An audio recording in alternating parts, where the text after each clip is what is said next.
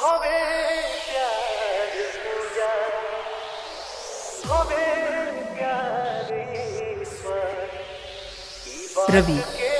रवि रवि यादव यादव यादव यादव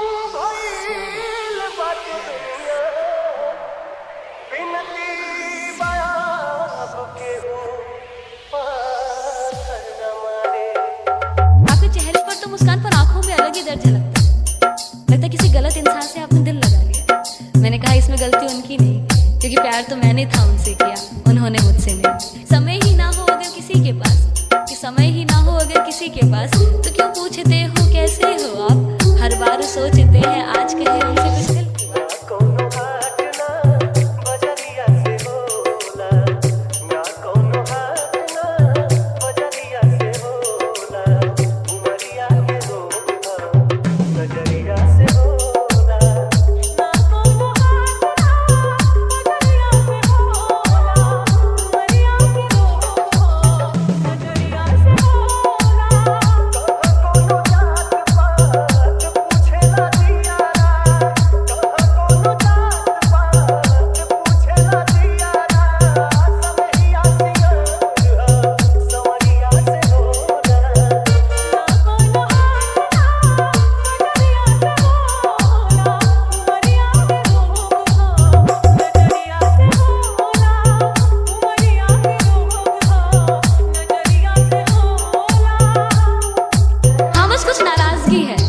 कुछ नाराजगी है तुमसे भी और खुद से भी।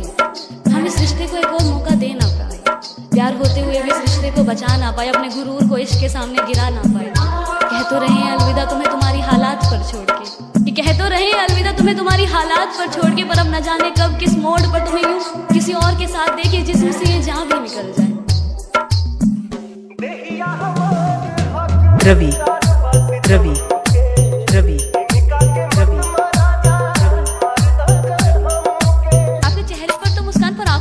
दर्द झलकता। लगता किसी गलत इंसान से आपने दिल लगा लिया।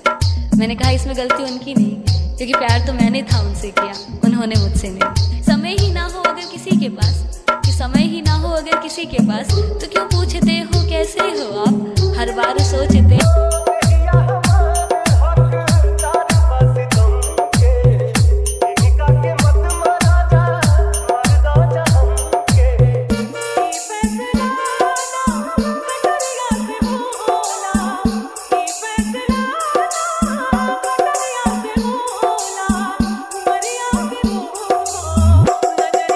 रवि यादव रवि यादव रवि यादव रवि यादव रवि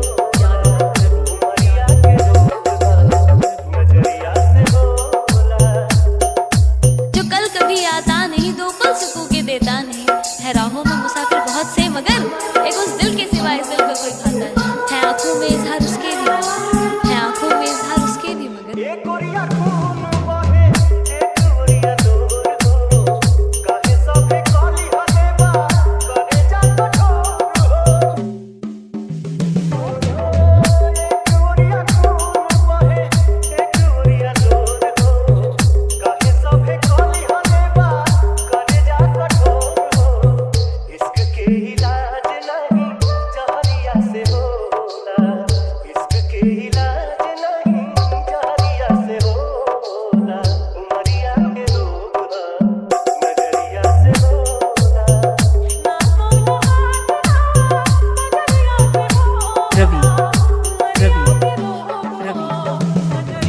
यादव यादव यादव यादव